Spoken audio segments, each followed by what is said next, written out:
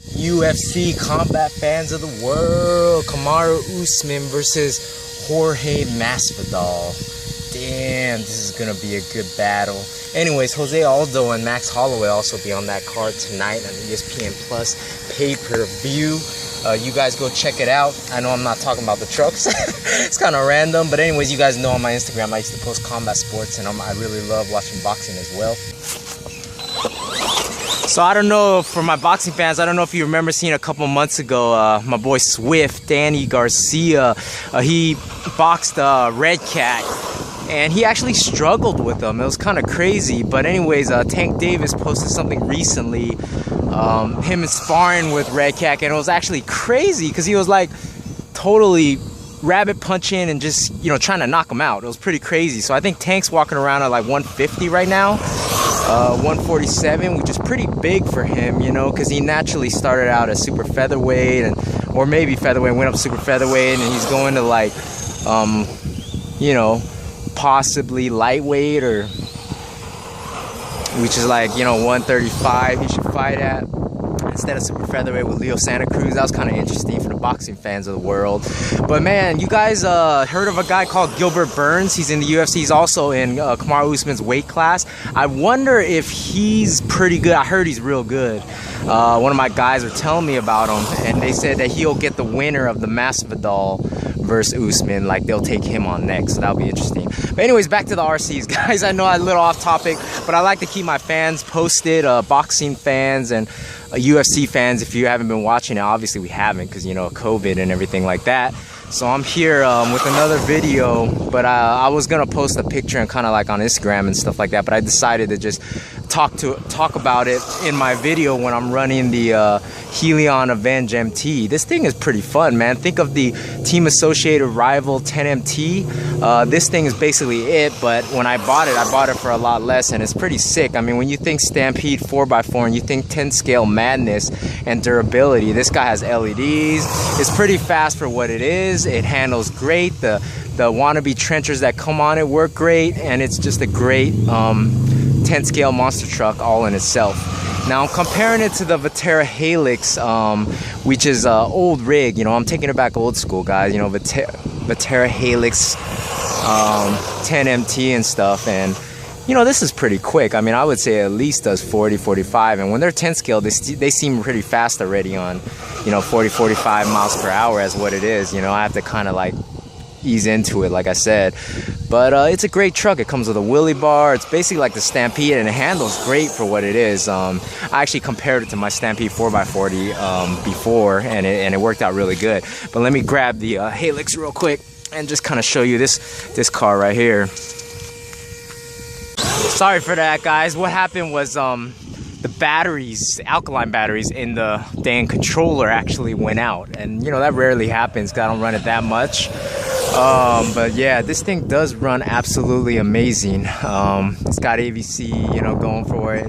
And this AVC is weird, like certain AVCs on, you know, the Vatera basically like works better. Like sometimes like the AVC for like say my Tenacity TT Pro, it like doesn't work too good. It's weird. And then for this one, it's like okay, you know, it's like, I don't know, sometimes like you'll get different gyros that work better depending on what vehicles and how much you turn up the actual advanced vehicle control.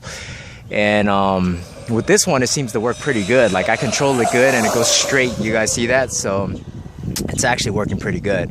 But anyways, yeah, two 10 scale comparisons right here, and it seems to be going pretty good. Anyways, guys, I just want to talk to you, update you real quick on my 10 scale cars and what I'm doing and what I'm running. Look, I'm kind of racing that car on the street right there. You see that car down there? It's crazy. Sometimes I like to go on the street and race cars, because you know your car is probably the speed limit here, maybe like 35, you know, 40 miles per hour and stuff on the residential. So here's a car, and then you just kind of run it here, pretend you're like racing a car, kind of like that, you know, on the side over there. You can see on the street there's cars, but it's kind of fun, you know. I just, this does wheelie a lot. It's peppy, man. It's a It's a badass rig. I do like the Helix a lot. A lot of people used to like it better than the Stampede 4x4. I do love the Stampede 4x4. I do love my 10 scale 4x4s. I do love my people who watch Tom Tracks. And also anyone who's in the RC, you know, who shares the passion. But anyways, woo, man, I'm gonna hit that curb. Everything's gonna explode. But anyways, yeah, check out that UFC, that boxing. Hopefully they'll get some things going on. But I think because there's like no audience right now because of COVID, it's kind of weird actually, you know, having any sports. Like, can you imagine football with no home crowd, no home field advantage and stuff? It'd be pretty weird, like, honestly. But I'd still watch it, you know. I just don't know if they could like help, like fix the money aspect of you know, the sport, because it is all about money and it's kind of like a business. So in that sense, you know, we won't get our sports for a while. But it's kind of cool that UFC is still doing that, and they're trying to like do audiences without and do the matches still and stuff like that. So you know, ESPN Plus pay-per-view, go check out that UFC. I'm not really full throttling this because this kind of like willies, and I don't have a willy bar, and I just love the way it looks. I don't feel like scratching up the body yet. So this is kind of like my monster 10th scale street runner, but it is pretty durable. It's just I think the drive shafts are a little weak on this truck, and they're not that. I did strip a gear one time because it has like plastic gears. As you can hear, it sounds kind of weird right now. I don't know, the gears might be loose. Something's loose. Anyways, you can hear it. Listen. You hear that?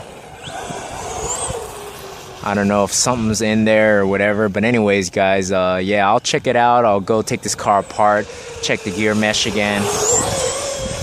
There is a metal spur gear for this that you could change, and it makes it really good.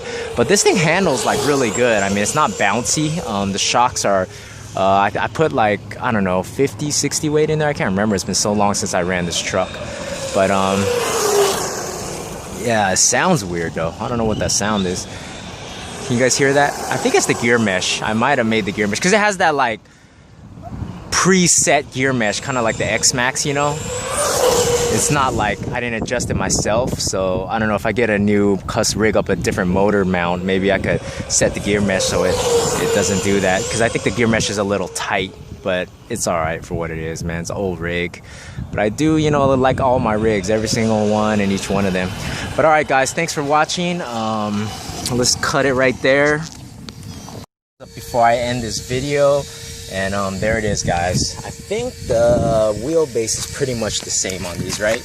Yeah, they're pretty much the same. So I do put the zip ties on the body pins just so I could take them out a little easier, because these body pins are kind of hard to take out a long time ago. And yeah, these are like, you know, the weaker drive shafts that I was telling you about that used to break. So you get some MIPs, you'll be in good shape. These ones kind of look the same. I don't know. They seem pretty tough. I mean, at 10 scales, they just do break down every now and then. You can't bash them as hard as your 8 scale rigs, at least some of them. But check out these tires. These are always pretty cool. They look like the Vindicators, but they're actually the Barrage X's. They're Viterra's brand. But then the Vindicators is the other brand, but it looks exactly the same pretty much. I used to think they were the same, like when I used to see like JT run them on his trucks and stuff like that. But I don't know. I don't think they are. But anyways, okay, that's it. I'm done. I'm out. Have a great weekend, guys. Go check out some combat sports, and I'll catch you on the next episode. Peace.